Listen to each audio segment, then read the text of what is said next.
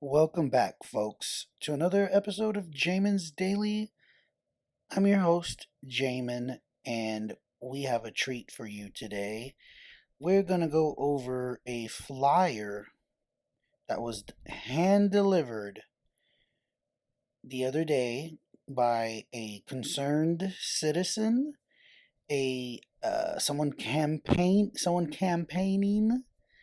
for the upcoming election knocked on my door and gave me a flyer that we're gonna go over today and kind of just look at and I'm not even looking at it from we're not gonna go over political stances and get into politics. I just really want to go over two things: the story of this young lady who showed up on my doorstep to hand out, politicking.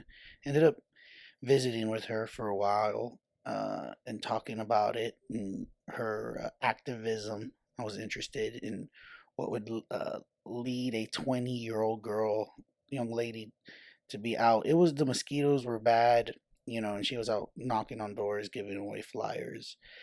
Um, Hopefully, I think she's actually going to be a guest on the podcast here shortly. But before then, I thought I would give a little bit of a preview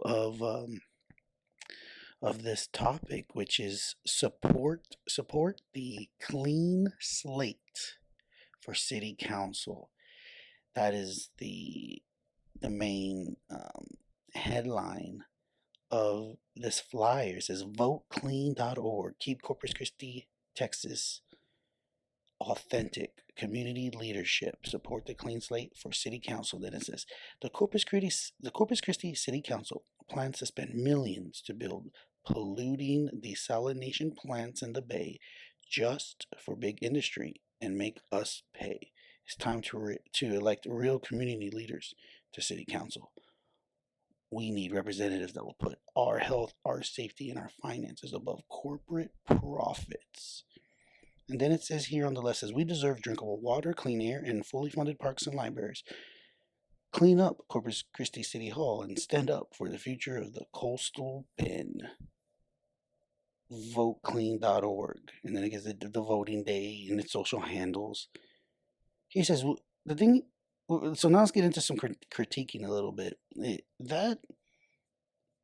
funny thing is about we deserve drinkable water, clean air, and fully funded parks.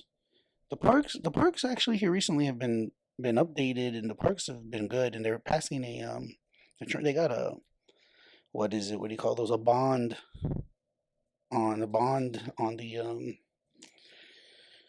the next election day.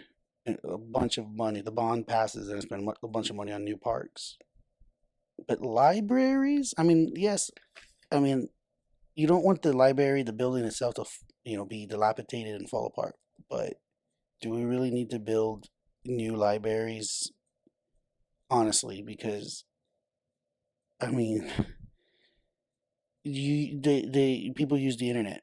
I mean, you have a library in your hand when it comes to the phone. I mean, I know you need a library of sorts, but I mean, we shouldn't be building a lot of libraries, I don't think, as a concerned citizen and taxpayer. But the other side of this flyer says the Corpus Christi City Council has given away millions in tax breaks. Is that the same one? Yeah, in tax breaks to wealthy corporations while our taxes go up and public services like roads, parks, and libraries are underfunded. They should do something else. They should say roads, parks, or road something and something else. We need responsible community leaders on our city council who prioritize the needs of working Corpus Christians over big industry. That's the other thing that caught my eye as somebody who's lived in Corpus a long time. Nobody refers to people who live in Corpus as Corpus Christians. If you live in Corpus, you're just known as someone who lives in Corpus. Okay, there's not a cool name. It's not Corpus Christians because I've never heard anybody to that to refer to people that way. And it says here, big corporations need to pay Sorry, guys, hate that. It's picking up, that mic's picking up really hard. Big corporations need to pay their fair share and tax abatements. Whenever I see something talking about paying fair share, that's always a little bit of a red flag for me. I'm kind of protect our bay and stop our water bills from going up. Say no way to bay water desalination. Honestly, folks, I'm gonna have to research that bay water desalination thing. I've heard it being discussed and talked about, but I do not know enough about it. So I got to do some research before the lady who actually gave me this flyer actually shows up and we talk about it.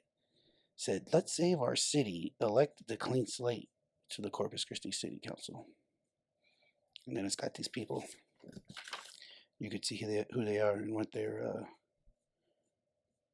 credentials are.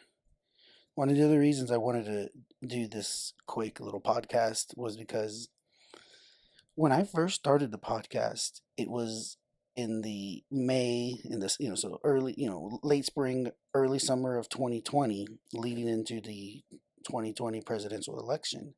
And Facebook, there was all this, fake news and on social media, and all the big tech was trying all this, saying, oh, we need to do this and that because there's Russian bots or there's this and this for fake news. And so when I was doing my podcast, anything that refers to politics or social, even to social justice in a way, if you talk about um, laws or you talk about certain things, it gets flagged and it it'll just get rejected in certain ways. There's certain things you can't do, and in order to,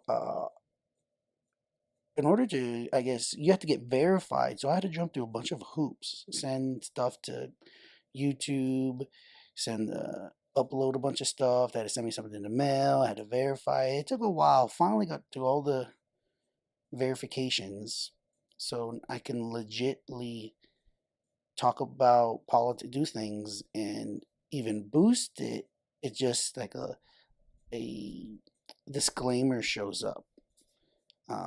But you can't imagine how difficult it was to get that set up in order to boost on a business page, on any kind of posting where you're talking about anything related to the the social sciences and social affairs, things that are going on in one way or another. So I'm curious. I haven't posted anything like that I've had to use my status, or because when you post it, it'll give you the option. Is this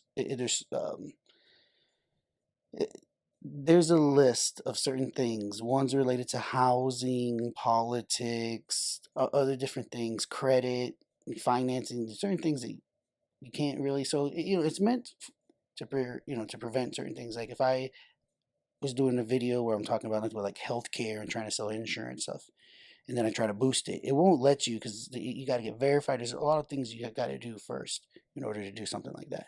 And I think I've done it. So I just wanted to talk about this flyer and how I'm hopefully going to have this young lady who was doing the campaigning, I guess it was what you call it, door to door, came to the door and we visited for a good 15 to 20 minutes. And we just communicated today, I think, in a text, trying to, putting it off until next week. We were going to try to get together this week. This wasn't working out. So next week, and I'm going to challenge her on some of these things. And we're going to have a very cordial and enjoyable debate on a lot of this stuff. Like you see some of these people, they're part of the Sierra Club,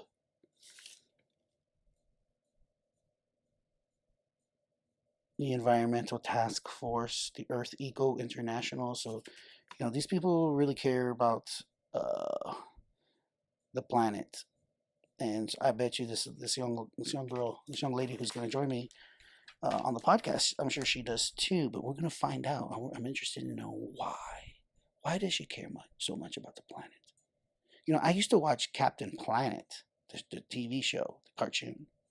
That show was awesome, and it didn't really, persuade me to being more eco-friendly, I think.